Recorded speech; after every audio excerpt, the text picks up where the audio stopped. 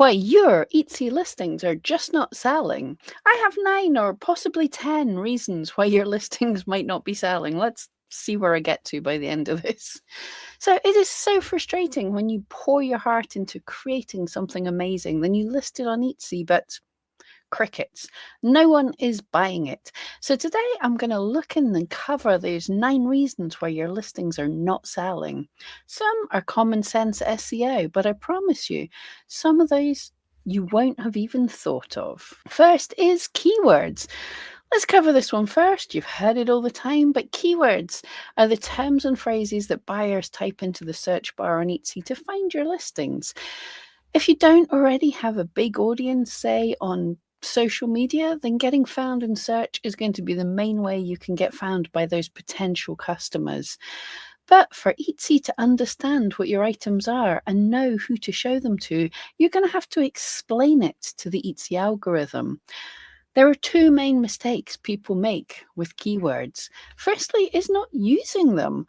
Artists will sometimes name their items as if they're in a gallery with these artistic sounding names. The persistence of memory. These names are clearly amazing, but they don't explain to the algorithm what your item is. They are not what buyers are searching for. Or the second thing is using the wrong keywords. Using keywords that no buyers are searching for, or that there are way too many other listings that are already in search. That means your listings just don't get seen in search. So if you're not getting seen, you're not going to get any views. If you struggle with understanding keywords, I have a series that you need to watch right now that simplifies keywords and gets you ahead of your competition. Check in the cards up somewhere. Reason 2 is your photos suck. I know, right, you're fed up of hearing this, but if your listings are showing in search, but the photographs look bad, then people won't click. Always, always, always be experimenting with your photography. Reason 3 is your listings are overly complicated. You want to offer everything. If someone comes to your listing and you don't want them to leave without buying because your item just wasn't what they wanted, so you offer everything in the listing. Variations and combinations of variations, sizes, all the color combinations and materials, and every shipping option. Your first photo alone has 6 different options to choose from. If it takes too long to understand, customers will bail. Have one listing that's only size variation, one listing that's only one size but color variations. Simplify your price structure and make it easy for your customers. Number 4 is price. Now, most often the issue is not that you're too expensive. People try and race to the bottom, but actually the issue can be that your items are too cheap. If your item is the cheapest out of the list that people see on that results page, many people will mistrust your quality and they won't even click on your listing. Number 5 is expectations. Your expectations. Sadly, most Etsy listings don't do as well as you might expect. It's normal for shops and listings to take a while to get sales, and even the top shops on Etsy will have some listings that perform really well, and most that don't. Also, in online retail, an overall conversion of 2% is not unusual, and some items and some times of the year will have even lower conversion than that. So if you only have a couple of dozen views, then it's very normal that you'll not have had any sales yet. If you're getting views, then you are getting some data and you have a higher chance of eventually getting sales to your shop. Number 6 is a cluttered shop. You're an artist or a crafter, you have lots of loves possibly, and you really want to try and sell everything that you make.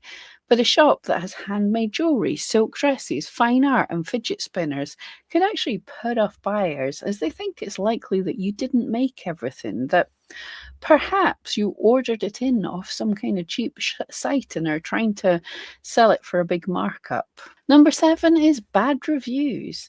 Now, firstly, it is normal for the odd bad review. Everyone knows there are Karens out there that no one could actually please. But if you have lots of bad reviews, or worse, you've responded to these reviews in a very angry way, then this can put people off buying from you.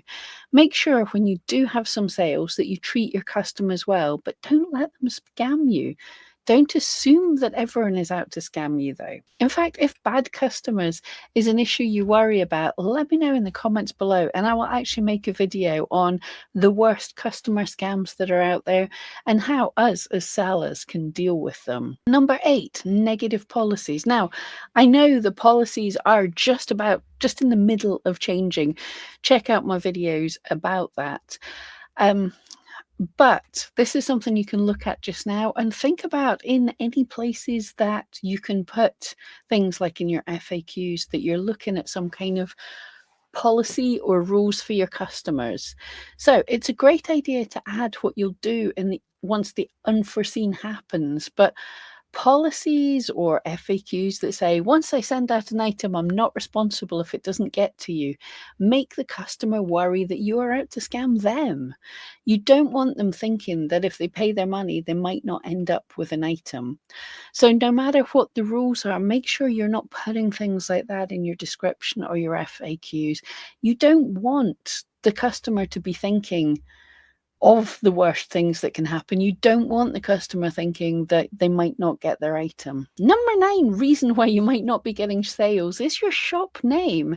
Now, this is rarer, but many people have noticed a trend with scam shops from, for example, Facebook ads. And once people are burnt, they are more cautious and they see this trend with the names of the shops, like super trendy gift for all.